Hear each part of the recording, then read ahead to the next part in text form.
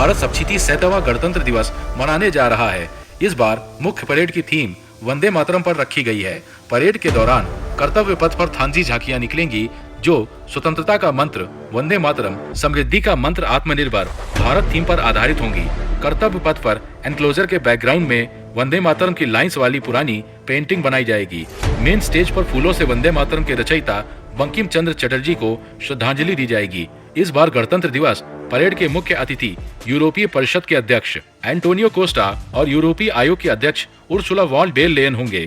Parade में पहली बार Bactrian ऊंट नई बटालियन भैरव भी मार्च पास्ट करेगी। हालांकि इस बार के फ्लाई पास्ट में राफेल, सू-3000 अपाचे जैसे 1900 विमान शामिल होंगे। हालांकि इस बार तेजस को नहीं रखा गया है।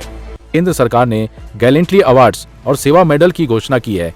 इस बार गोदताओं के डुवर्स police, fire brigade, home guard, civil defence और करेक्शनल सर्विस से जुड़े कर्मियों को उत्कृष्ट सेवा के लिए सम्मानित किया जाएगा। इन पुरस्कारों में एक 77वां वीरता पदक, गैलेंट्री मेडल्स भी शामिल है। सबसे ज्यादा 85 वीरता पदक जम्मू और कश्मीर ऑपरेशन थिएटर में तैनात कर्मियों को दिए गए हैं। इसके बाद नक्सल हिंसा प्रभावित क्षेत्रों के अचमपंची और पूर्वोत्तर क्षेत्र में तैनात 5 कर्मियों को दिए गए हैं। फायर ब्रिगेड सर्विस के चाय बचाव कर्मी भी वीरता पदक विजेताओं में चुने गए हैं। भारत के 77वें गणतंत्र दिवस 2026 के अवसर पर मैं आपके लिए खास 26 जनवरी हर भारतीय के लिए गर्व और संकल्प का दिन होता है। स्वतंत्रता केवल एक अधिकार नहीं बल्कि एक जिम्मेदारी है। आइए इस गणतंत्र दिवस पर एक विकसित भारत बनाने का संकल्प लें। लोकतंत्र हमारी जान है। शहीदों के बलिदान को याद कर देश को श्रेष्ठ बनाना ही हमारा काम है। विविधता में एकता ही हमारी पहचान है। इसीलिए मेरा भारत महान है। इस बार 2026 का गणतंत्र दिवस भारत के लिए खास क्यों है? चूंकि हम 2026 में हैं। यह वर्ष कई मायनों में ऐतिहासिक है। विकसित भारत at 2047 का रोड मैप भारत अब अपनी आजादी के 100वें वर्ष 2047 की ओर तेजी से बढ़ रहा है। इस साल का जश्न आत्मनिर्भरता और डिजिटल क्रांति के अगले चरण को समर्पित है।